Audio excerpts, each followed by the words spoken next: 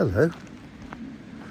We've been told that the President of the United States, who's recently launched a war that could spark off World War III, gets daily briefings that comprise a 2-minute mashup of videos showing the US blowing things up.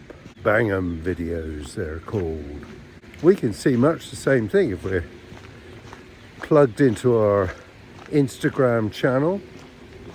We can see press being attacked, a British journalist nearly killed by a missile that just missed him while he was on air.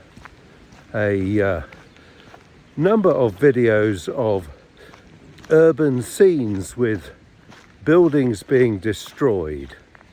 And the surprising thing, or the alarming thing, is that they could be Tel Aviv, they could be somewhere in Iran, they could be somewhere in Lebanon, and they could be somewhere in Ukraine or even in Russia if we got the pictures from there. And frankly, there's no way to tell the difference.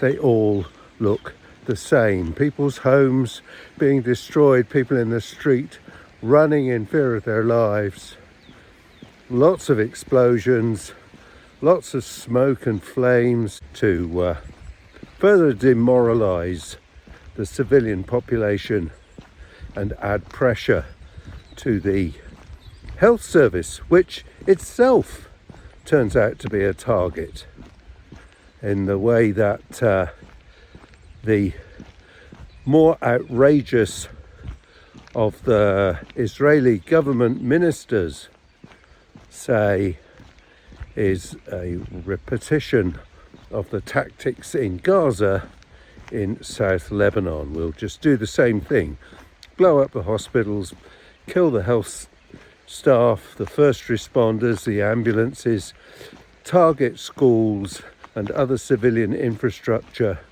kill journalists so the story doesn't get out.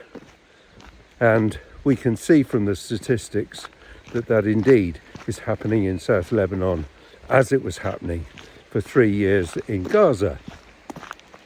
So we're left with the impression that we're all under attack, that everything we once thought safe and reliable no longer is.